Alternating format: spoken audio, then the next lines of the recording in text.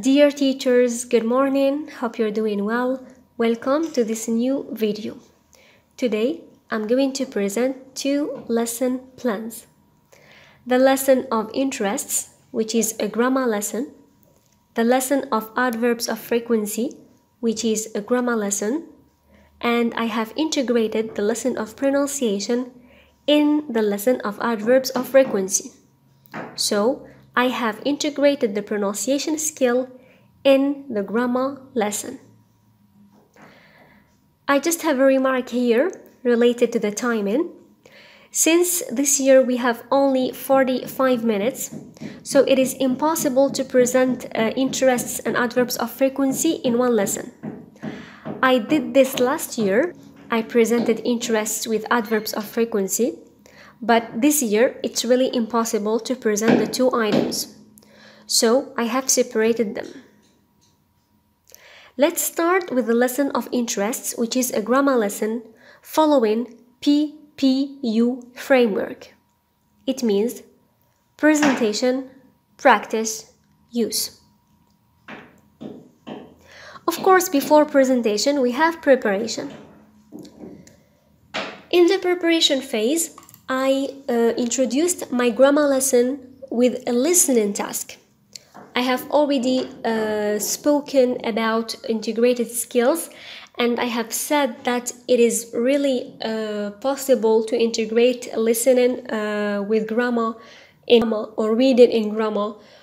So here I have asked my pupils some questions in order to elicit from them: what do you like doing during your free time? Do you have any interests? What are the fields that interest you and make you curious to know more about? This is a preparation, and then I presented my script. You're going to listen to a conversation between Amal and Karim talking about their interests. You can stop the video to see the dialogue. It is a simple dialogue.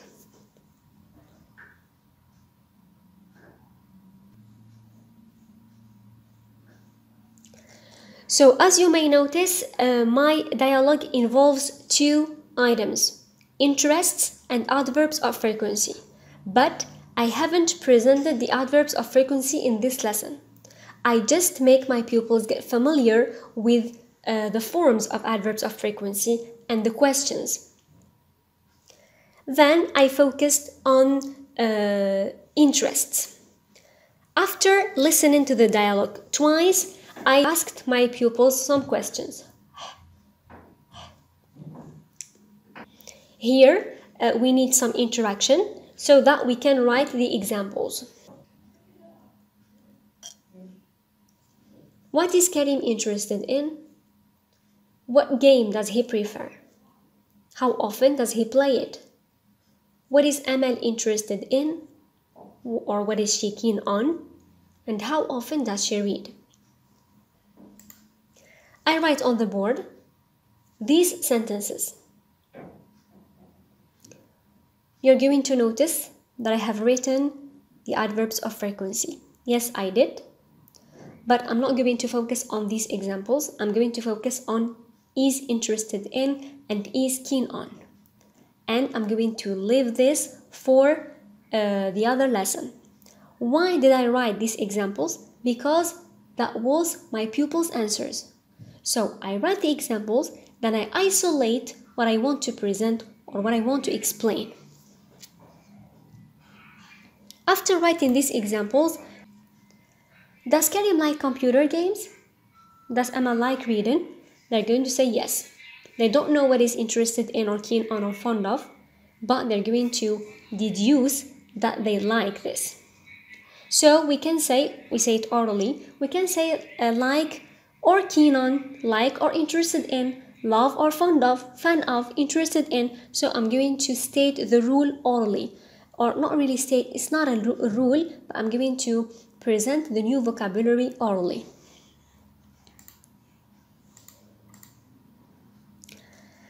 After that, I'm going to move to activity 1, reordering. I'm going to make my pupils recognize the structures, the order of each word in the sentence. And you're going to insist here on the prepositions which come after keen, after fond and fan, and after interested.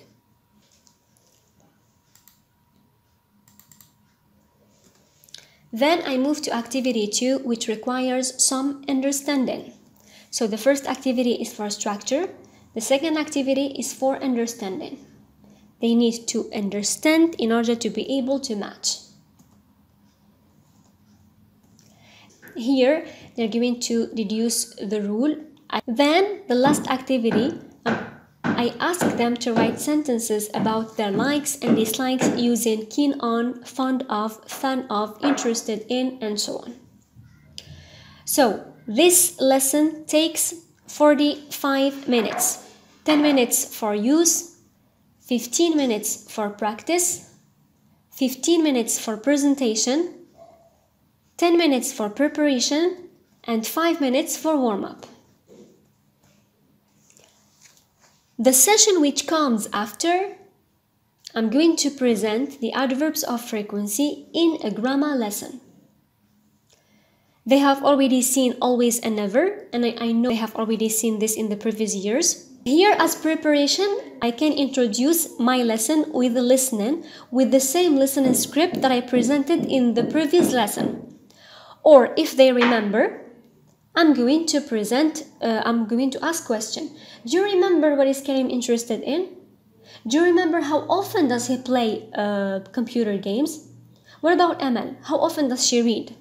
So here I'm going to elicit from my pupils to present the items. I write on the board, Karim always plays computer games. He never wins. Amal usually reads. Don't forget, I'm going to integrate pronunciation skill in this lesson. So, I'm going to make sure that my pupils understand, but I won't waste time because these adverbs of frequency are not really complicated. They just have to know all the adverbs of frequency from always to never. They have to know the placement of these adverbs of frequency in a sentence where there is a normal verb and in a sentence where there is auxiliary to be. And you have to mention this orally, and they write it on their copybooks from the book. So here I interact with my pupils, then I state the rule orally. These words in blue are called adverbs of frequency. It means how many times you do something. I present the adverbs of frequency.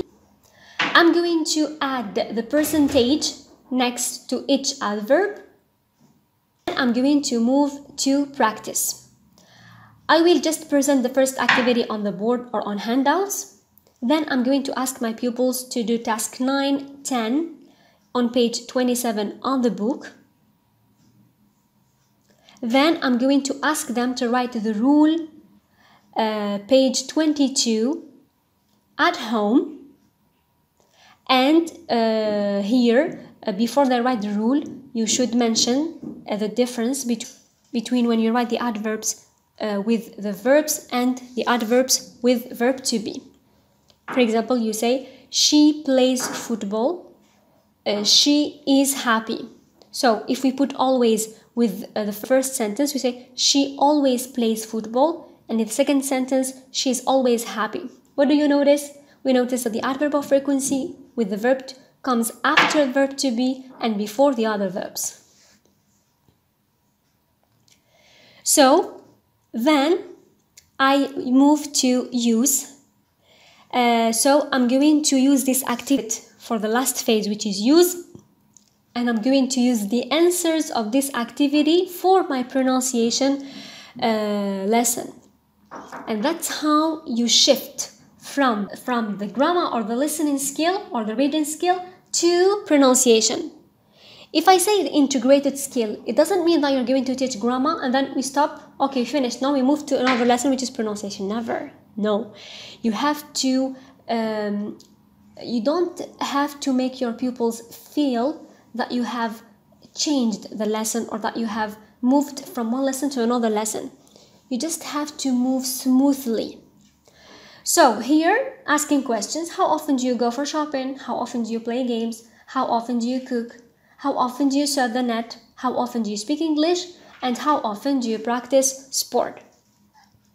I'm going to have many answers from my pupils. When I correct this activity, I move to pronunciation.